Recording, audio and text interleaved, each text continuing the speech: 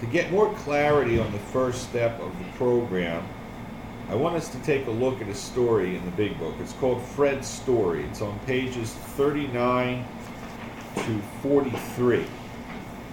Now, we're not going to read the whole story. We're going to take key points out of it and take a little look into understanding the nature of the addict and the first step from this story. Now, it says as follows. Fred is part in a well-known accounting firm. His income is good.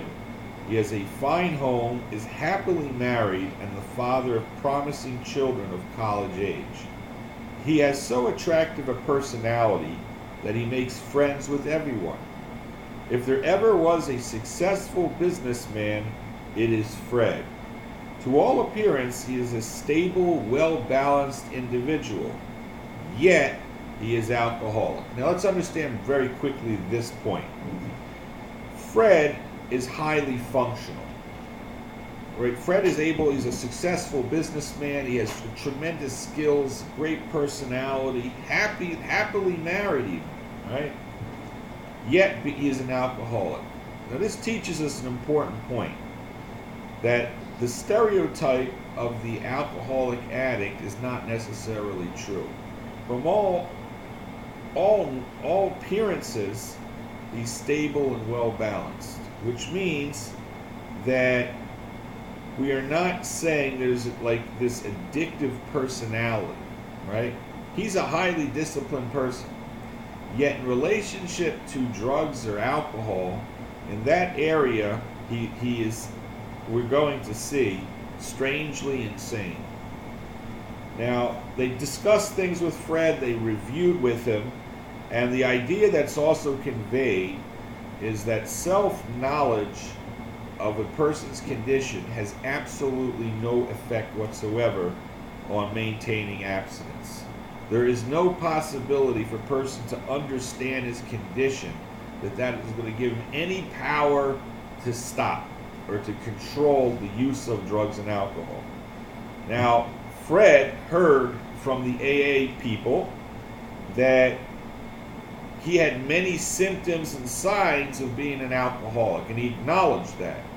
But his belief was that with the humiliation he experienced, with his discipline, with his ability to succeed in life, he would be able to stay sober where the other alcoholics who 12-stepped him failed.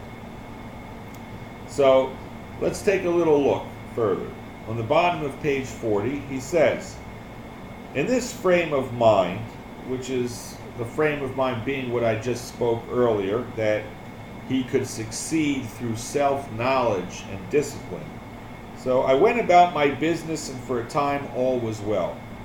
I had no trouble refusing drinks and began to wonder if I had not been making too hard work of a simple matter. One day I went to Washington to present some accounting evidence to a government bureau. Now we're going to discuss a little bit what's going on now as we go through this coming up. I had been out of town before during this particular dry spell, so there was nothing new about that. In other words, the fact that he went to Washington or a different location, a different city, was not something that's unusual that could be a cause of his relapse. Physically, I felt fine. In other words, there was no physical cause for his relapse. Neither did I have any pressing problems or worries, right? No anxiety, no troubles. My business came off well. I was pleased and knew my partners would be too. So everything was great. Successful business. Things were going good. No pressure, no stress. It was the end of a perfect day, not a cloud on the horizon. Now, the point we're saying is that there is no triggers. There's no cause. There's no underlying reason why we're going to see in the next paragraph how his relapse occurred. So none of these factors had anything to do with the relapse itself.